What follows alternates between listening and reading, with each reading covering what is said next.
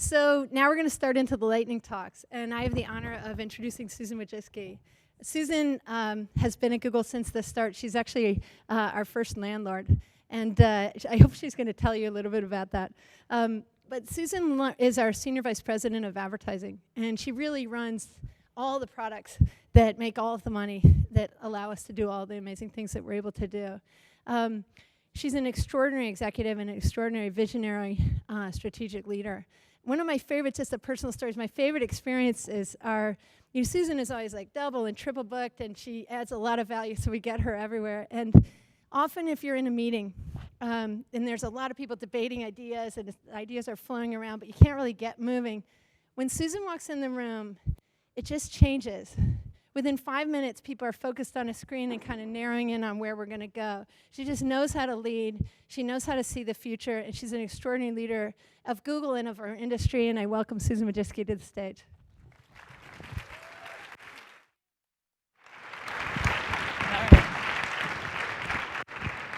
So good evening, everyone. It's really great to see such a wonderful turnout for our talk here. And since this is a developer conference, I thought I would talk about a few key principles that we use when we're developing Google's products. And I've been involved for a long time in a lot of products, so I summarized this down to 2. But before I do that, I'm going to talk a little bit about my personal story. And since Megan talked about me being a landlord, I thought I would start there. And so when people ask me the question, well, how did you decide to join Google? I sometimes have to say, well, my story is kind of unusual. It's not really like everybody else's story. I actually lived with the company, Google, for 5 months. And, right, I don't think really anyone else can say that, except probably my husband. And so what happened was I was renting rooms in my house, and Sergey and Larry had just gotten funded for their company. And they were looking for space, and I was looking for renters. And we agreed on an amount, and they moved in. And at first I didn't really think that much about it, other than they were renters. But then, people would read about it, and then they would ask me questions. And I would say, oh yeah, I know them. They're actually renting in my garage.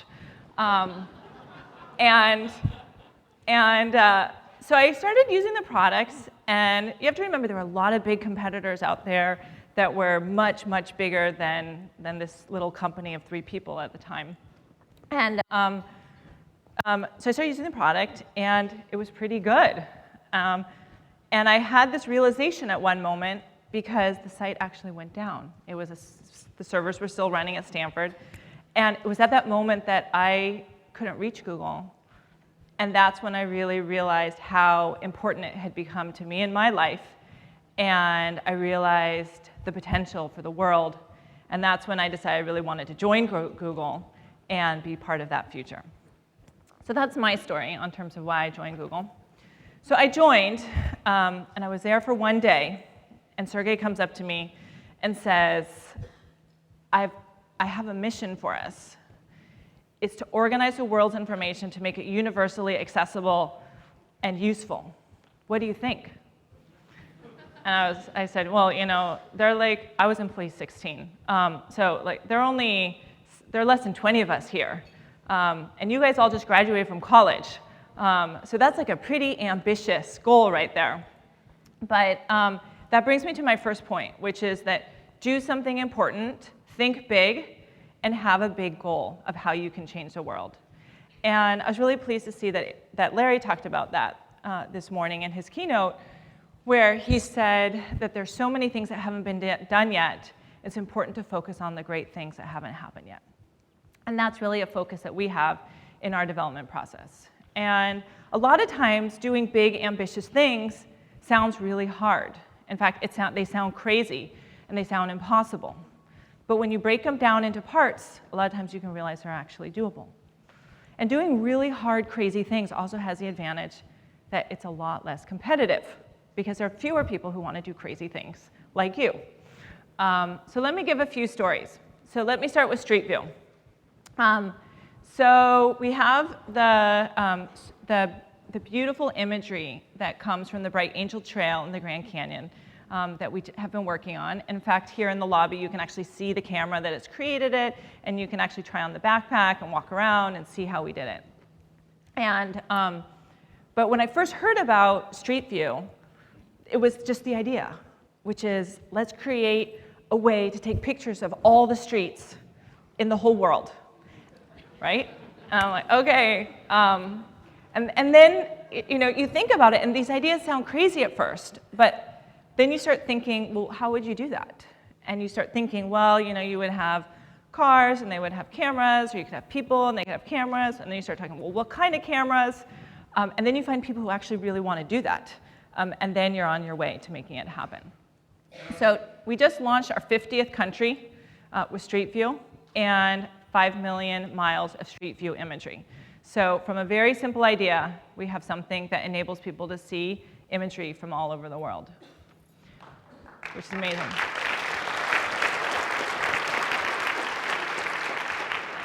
So going on to the next big idea, which we are still working on, which are driverless cars.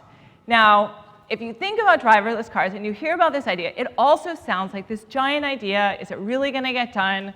Are we actually going to be able to do this? And if so, when? And so, there are many, many benefits. Like, it's probably the most dangerous thing we all do, but yet we have to do it, which is drive. And you think about the benefits of saving lives and emissions, and it really could make a difference in the world. So my goal is to have the people at Google do this before my kids start driving.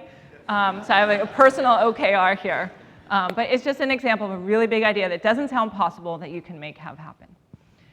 So let me move on to the second big principle that we think about. Now, when I'm working with teams and they are telling me they're going to create some new product, or they have some idea and they want to staff it and they want to build it, I ask them, well, what is your insight? Like, tell me something why you're doing something new, why you've observed something in the world that's different, and what's your insight that's going to make this product be a big success? And I found that if they can answer that, the product's usually a success, and if they can't, then it's often time to go back to the drawing board. And I think about the insights as, because there's so much technology and the world that we live in is changing so much, if we go around and we look really, really carefully at how the world's changing, and we see new technology, sometimes we can see glimpses of how the world will change in the future.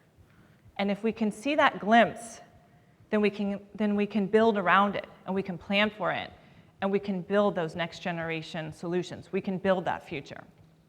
So I'm going to give a few examples, actually, of insights that have been really important to me in my product development and that have guided me. And again, a lot of times these are just one sentence, but they're powerful because it's a nugget that you can use to build your products. So I was working on Google Video, and as you can see, we have the YouTube logo here. When I was working on Google Video, we were working with studios who had great content, and we were working to bring this online.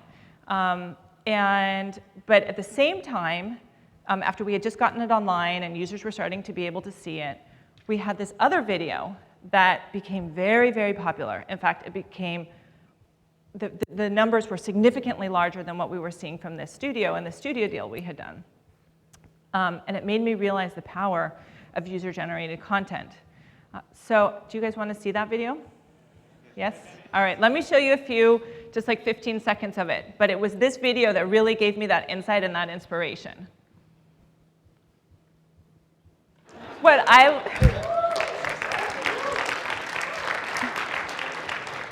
I love about the video is that the roommate is doing his homework in the background the entire time and doesn't notice. But this was an insight. I realized, wow, this user-generated content, it can be really, really powerful. And today we all know that because that's what the world has become, user-generated content. It has its place, it's very valuable. There's also all kinds of other content that's produced professionally that's really, really important to the ecosystem too. But it was that video that really gave me the confidence in thinking that we should acquire YouTube. And I was a big advocate of it, and Google spent $1.65 billion. So sometimes you have one little insight, and from that little insight, you make a really big decision.